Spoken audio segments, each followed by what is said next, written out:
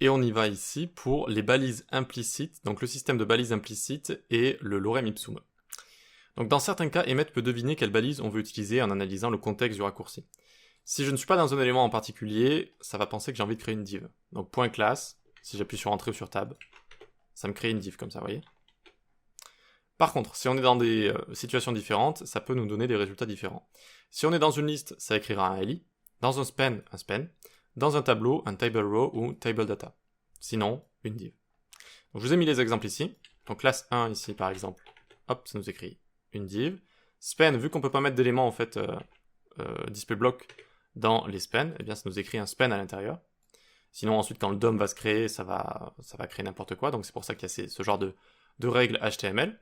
Ensuite, on vient ici dans un UL ou un OL ou une liste. Donc dans une liste UL ou une liste OL, on met des LI, c'est pour ça qu'ici automatiquement ça va créer des LI. Et enfin, dans un table, dans un tableau, on va pouvoir se créer ici, alors c'est un peu complexe, donc à l'intérieur on va créer des table row ici qui auront un ID, row et un index pour les séparer. Et à l'intérieur à chaque fois ils auront table data. Donc table row, ID unique avec l'index, et à l'intérieur table data avec la classe table data. Donc là c'est l'exemple où on aurait pu utiliser par exemple un groupe. Donc j'entoure avec une parenthèse et j'enlève le x4 et je le mets à la fin. Donc ça permet de directement, quand on arrive ici, comprendre que on a un x4 de ce groupe-là. C'est sans doute plus simple à comprendre. Et ensuite à l'intérieur, c'est vrai que là, il y a quand même des créations implicites, ça c'est pas très facile à comprendre. Mais sinon, si on avait quelque chose comme table row ici et td, ça aurait été plus simple quand même. On crée à chaque fois une row qui contient ceci. Ça aurait fait la même chose. Voilà. Donc si vous voulez l'implicite, vous pouvez même l'écrire comme ça. Ok, donc je vous laisse ça ici. Ensuite, donc le lorem ipsum, c'est du texte latin qu'on utilise pour tester des interfaces, que ce soit en design ou quand on code quelque chose. Donc c'est un modèle de texte qui est réutilisé comme ça.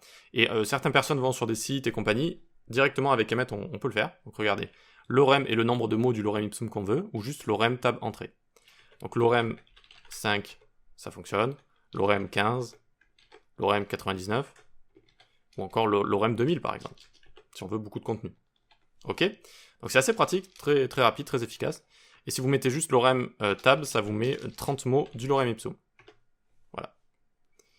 Ok pour ça. Ensuite, en dessous, on peut également rajouter du lorem ipsum dans un élément. Ça peut être pratique avec un texte pour tester rapidement. Vous mettez P à l'intérieur, lorem 25 par exemple. Hop, ça vous crée comme ça un paragraphe.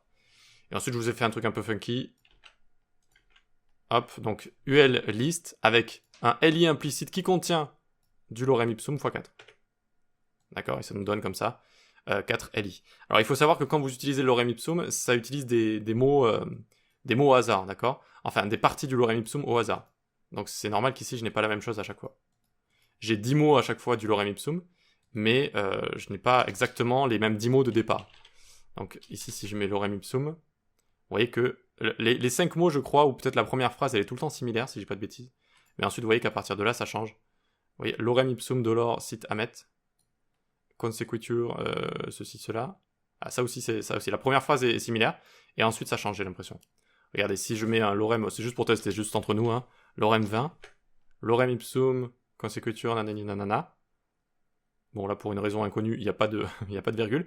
Et ensuite, ut, ipsa, nanani nanana. C'est différent, vous voyez. Voilà. Donc, intéressant ou pas, en tout cas, c'est fun fact si vous voulez savoir ce genre de choses. Ok, super. Allez, on va passer à la suite, on va voir des exemples. Voilà, des exemples de choses qu'on peut construire facilement avec Emmet.